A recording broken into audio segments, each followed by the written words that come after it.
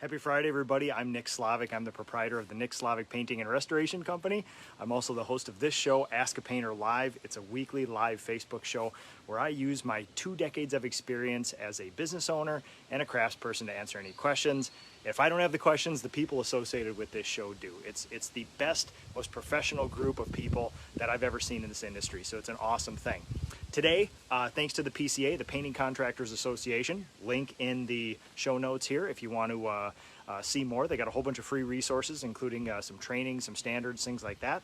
The PCA submits a contractor question of the week from one of its members. This week, somebody asked, how do you organize and how do you do jobs that have lots of small things, lots of colors, lots of finishes, lots of primers, things like this? How do you bring it all together so you take a one-day job and don't turn it into a 4-day job? And I am on one of those jobs. It's a really, really cool job. It's in my hometown of New Prague here on a very special property.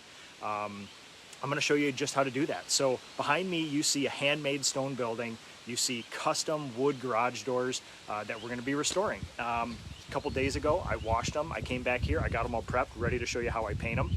We have some service doors here too. So I'll swing this around and I'm going to show you guys how we do some service doors as well. So we're going to do some by hand and we're going to do some by brush as well. So when you have a project like this, we have 3 or 4 service doors. We have a couple garage doors. We have some trim. We have a new door. We have old doors. We have historic stuff. We have got all this stuff. How I basically process these jobs is, if you can see behind me here, this is just a piece of cardboard that we call the matrix or the list on a job site, and we tape it up and we use a Sharpie and we physically walk through. I'll go grab it here.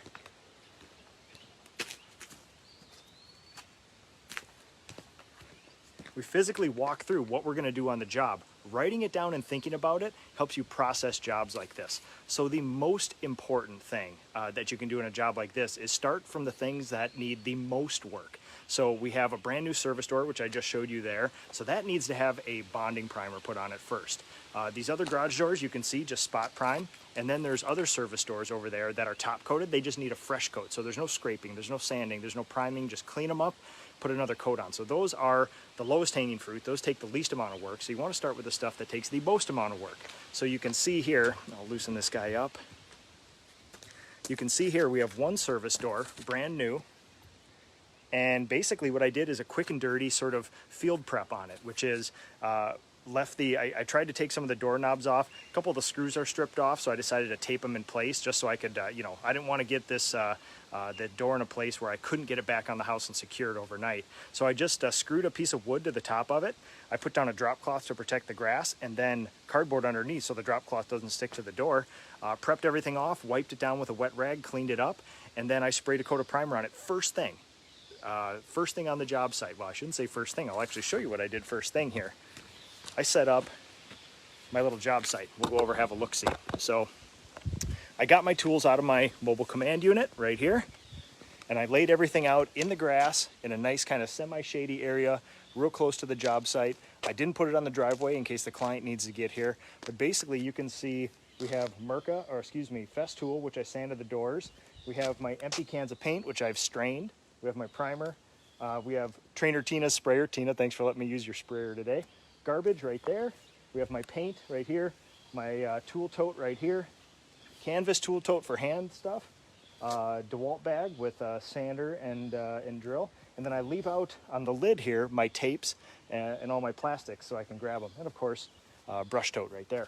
So basically that's, after you do that, immediately, before I did anything else on this job site, before I masked anything off on the garage doors and things like that, I got primer on that service door because that has to dry. You want to observe the drying schedule on the technical data sheets on a lot of these things. So I used Sherwin-Williams water-based extreme bond primer. So it's one of the toughest bonded primers we can use. Dries relatively fast, no crazy oil, things like that. Oil would work fine, but this is so good when you can do water-based.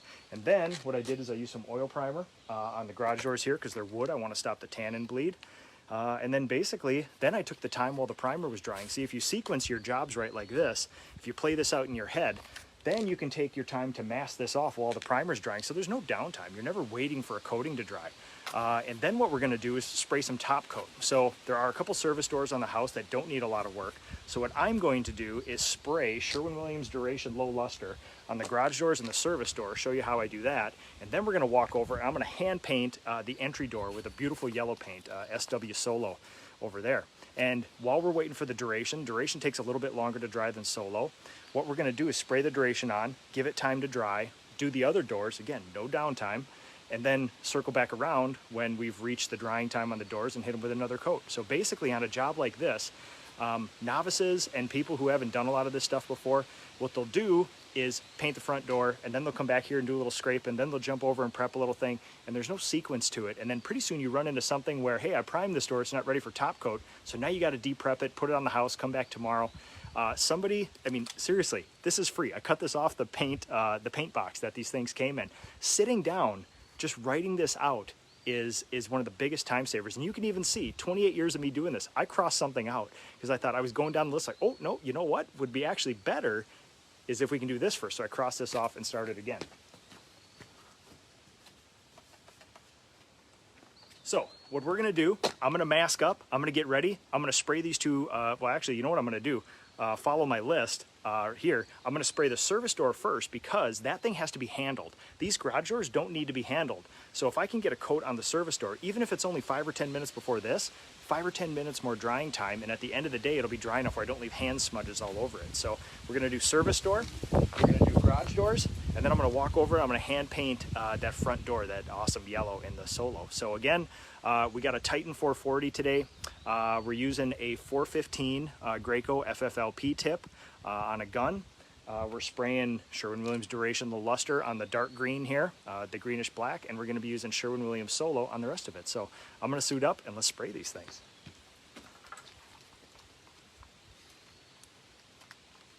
If you guys have any questions too about any of this stuff, certainly type them in down below. I could probably show you the prep here that we're doing. So you can see orange frog tape, super high tack, goes on the concrete and the brick and the stone, things like that. And then I have blue frog tape, commercial frog tape, 12-inch plastic from 3M here just to create a nice barrier. You could certainly use one tape, but I kind of like using both like that. Masked off just enough area. What you see up here is an unfinished soffit. After I'm done painting, the client's going to get up there and finish it with rock. So that's going to be filled in. That's why there's no masking there. Tested my spray pattern over here. 12-inch plastic on the side. 12-inch plastic on the side, and then I close the garage door on top of a drop cloth. So you can see, same thing over here. I fully primed this beam up here because this thing lost its paint. The other one is very shaded and in very good shape, so I just cleaned it up, make sure it was good to go. Now, this is kind of nerdy stuff, but if you really want to get into sequencing these projects, this door is in the sun, and this is going to dry faster. This door is in the shade, that's going to dry slower. So we're going to start with this door when we do the garage door. So it will be service door, garage door, garage door. Vanessa, why is there only some parts primed? You don't prime all? No. That beam up there has perfectly good intact paint. There's not going to be adhesion or a priming or a bleeding issue, so you do not need to prime. I only prime bare wood, and this is all the paint that I removed by scraper and then sanded with my fest tool down here. Now, again, you can see over here, this is a brand new service door, one of those kind of shiny pre-primed metal kind of things that nothing sticks to. I primed the whole thing because I want that sucker to stick. If you do something wrong with that door now, you'll be able to peel all that paint off. All right, so here we go, folks. This is the fun part. Been prepping all morning and waiting for Ask a Painter to start so I can get spraying here, because this is you prep all day and you do all this stuff all day, and then it's, you know, half an hour of spraying. All right, any other questions? Type them down below. I'll get to them after this.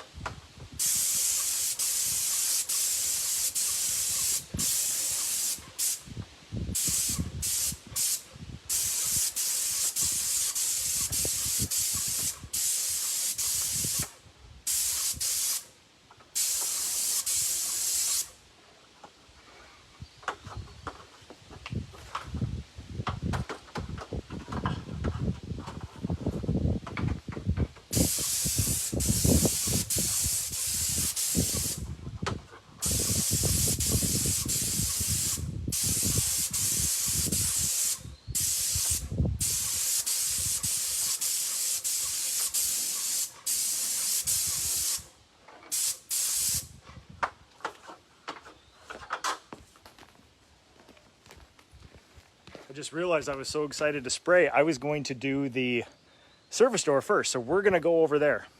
With all the taping involved, wouldn't it be easier, cost effective to just brush? Maybe, possibly. It might be. It depends what you're good at. Why use an extension? So basically here, it'll save your knees. Instead of having to reach down, if you spray correctly, you got to keep the gun at an angle like this and go straight up and down. You shouldn't be tipping it like this because you'll miss the panels. With this, you can get a little bit lower, possibly save your knees and back, stuff like that. So I will get you the color here, Paul, right after this, but as promised, I got to do my service door first because that's what's on my sheet of paper.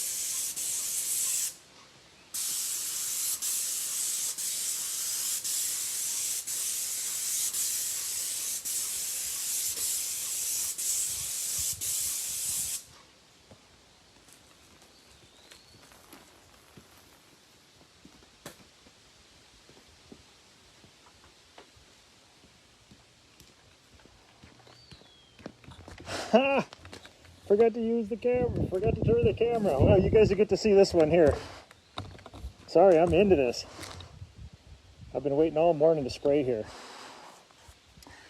Yes, spitting with extensions. So I found that exterior paint is fairly thick. I don't get as many spits with it. It tends to not come out of that extension much. And what you'll find is that exterior paint coupled with somewhere between a 9 and a 12-inch extension, I really don't get much spitting. Anything over that, definitely use a clean shot.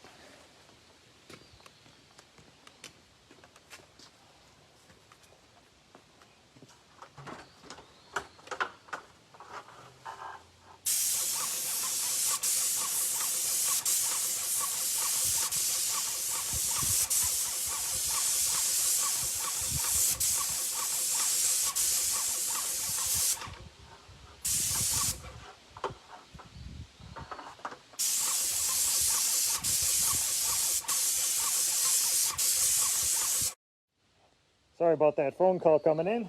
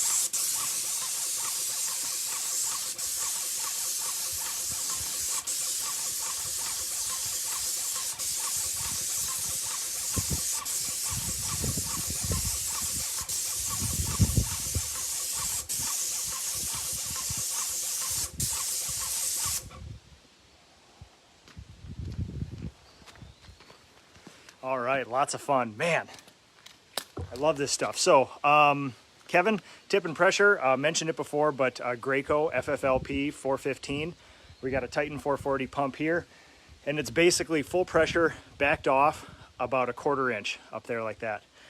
Dominic, same thing, man. Listen, you get to do more of these dang stone buildings and timbers and stuff than I do, and I am jealous as all heck watching you. So, let's see, what paint? This is Sherwin-Williams Duration Low Luster. Okay, let's go take a look here. We're gonna bring this over. I'll ditch my respirator here. We're gonna bring this over to the door, and we're gonna show you how to hand paint a service door. So you can see Duration setting up here nicely, and we're gonna walk up here and hand paint one. So again, some doors are worth taking off.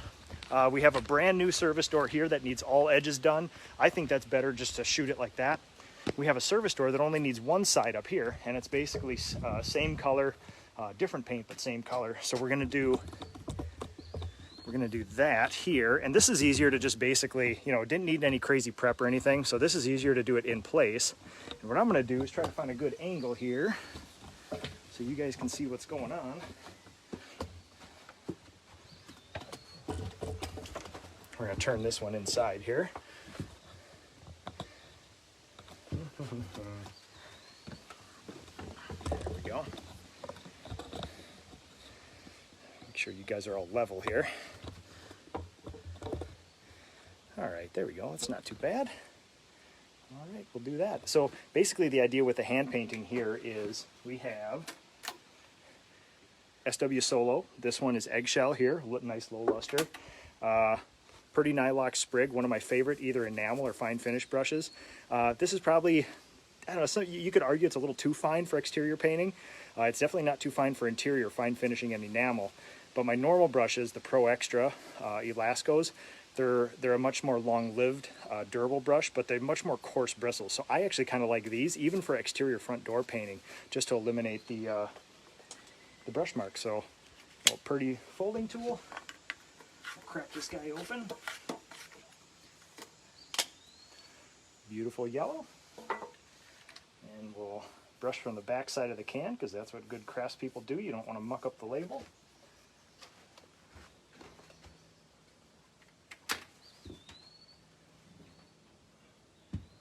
All right, and what you'll see here is drop cloth laid out over the steps, into the house, under the door.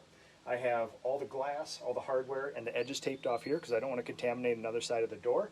I also have the weather stripping taken off here too, so that when this is done, when it's drying, I can shut the door and it's not going to come into contact with the weather stripping. So general idea here is I like to go top to bottom, wet edge as best as you can, especially on a nice warm day like this. It's going to dry quick. So what I'll do is the window units first here, and then I'll take stick by stick, working myself from inside out.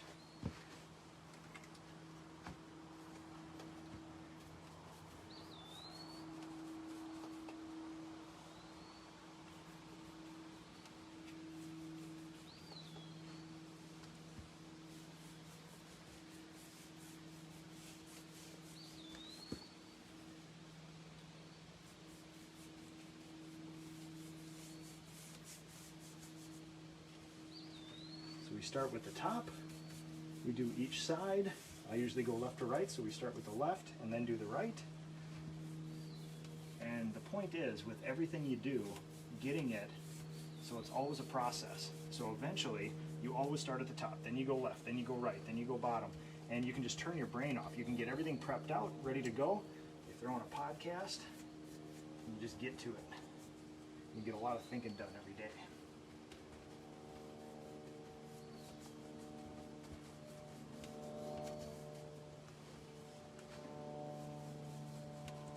And while I'm, you know, this thinking time that you always get, I'm always running through the next task at hand to make sure that I'm sequencing things right and playing it through. I like to game plan in my head. I like to say, okay, so I'm going to go to this service door next, and I'm going to do this to it, and then I'm going to go to the other service door and do that. And then by that time, I'm going to check the doors to see if they've had the enough dry time based on the technical data sheet. If they are, we'll hit another coat with them. If not, We'll either clean tools, we'll clean sprayers, organize the van, make phone calls. We always have a contingency plan, so there's never a second in your day where you're like, what now? It should have been thought about and game planned hundreds of times by the time you actually do it.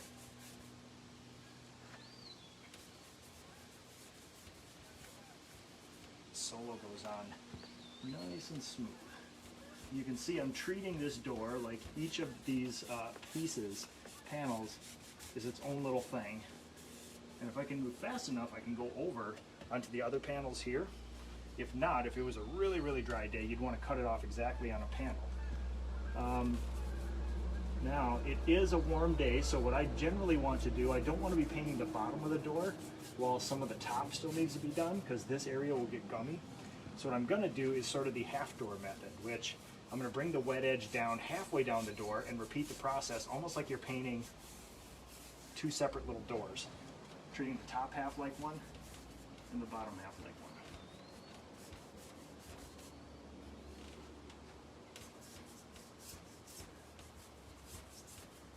And after this door, we'll go through any of your guys' questions that you have too, so type those in.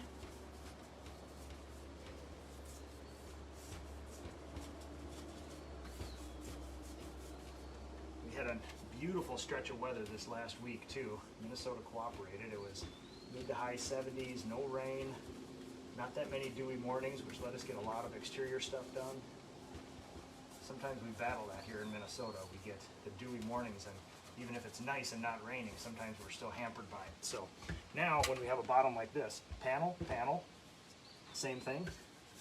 Moving quickly so we keep our wet edge. I like to do the inset areas of the panel first. Again, left. Ooh, a little too much on that one.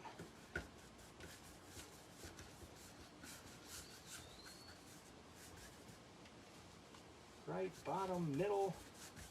And on panels, what I always want to do is make sure that I'm checking the corners here so I don't get an errant drip. Because you paint a door so quick, in 5 or 6 minutes, you walk away, you might come back and there's a run in it. So you check those corners, especially that bottom lip.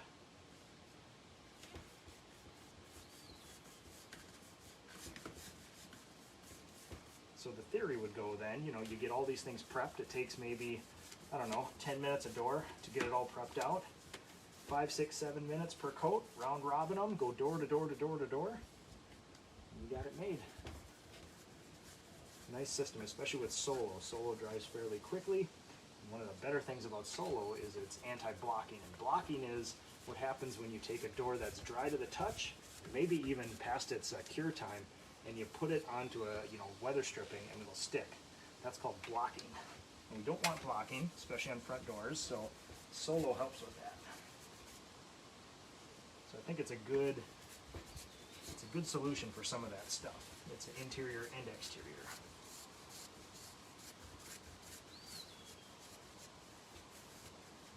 Brush marks. We go left and continue. And this is wonderful. It's just humid enough where all this is still plenty wet, so we can keep that beautiful wet edge. It hasn't even started to set up yet. That's what I like to see, because this door will all dry at once. It'll level out. Beautiful, beautiful layer of paint.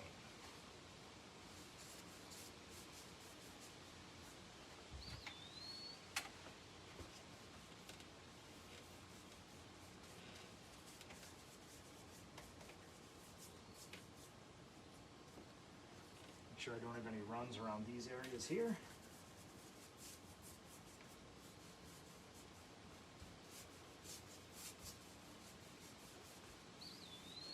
Okay, that's it, folks. Let's see what kind of questions we got here.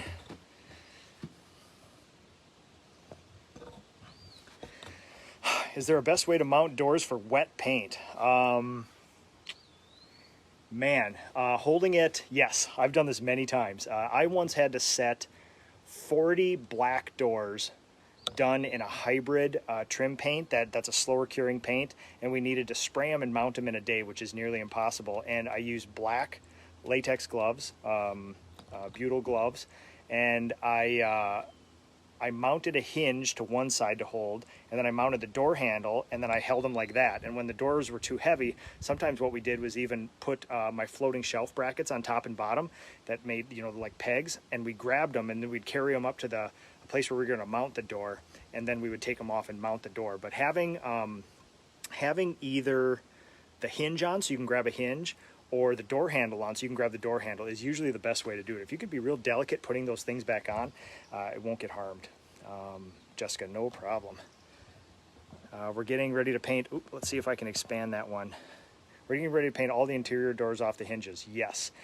So again, people always say, yeah, it's a lot of prep, it's a lot of this and that, but honestly, it doesn't make sense, but you want to spend very little time painting, the actual painting part. Prep is everything. So when we do a whole bunch of doors, interior doors, normally what we do is we get them out of the house and take them to our shop. I understand most people don't have the luxury of a shop, but what you do have is a garage. So I would completely surgical suite your garage, which is cover the floor, cover the walls, maybe even the ceiling if it's a finished ceiling. And I do a system, I buy a whole bunch of floating shelf brackets. Now, floating shelf brackets, if you've ever seen a shelf on a wall that's got nothing underneath it, it seems like just a board stuck to a wall. Behind that is actually a metal piece like this, and it's got a peg sticking out of it, and you mount the metal bracket onto the wall into studs, and then you slide the shelf over that peg, and that holds it. Now, I take these pegs, I just get them from Amazon, and I bolt them to the top and bottom of door. So essentially, what you have is a service door like that with two pegs sticking out straight like this at the top, two pegs at the bottom, and those pegs rest on sawhorses. And the cool thing about that is you can rest it on sawhorses, spray one side, flip it over, spray the other side, and you can get all sides in a time. You don't have to wait, you don't have to stand them up. Then what we do is we take that and we stack them like a deck of cards like this on those floating shelf brackets between sawhorses and 2x4s. That's a really good system when you have some help and things like that. Another sneaky thing you can do, the quickest and the dirtiest of ways, is almost like, and I'm going to bring you back towards, I'm going to shut this just a little bit so bugs don't get in.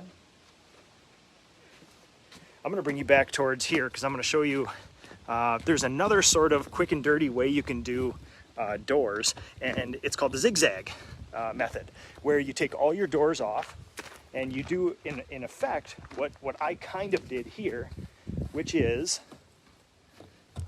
you put a board on top of it, and then you put the doors at 90-degree angles. So you would have another door coming straight off from here.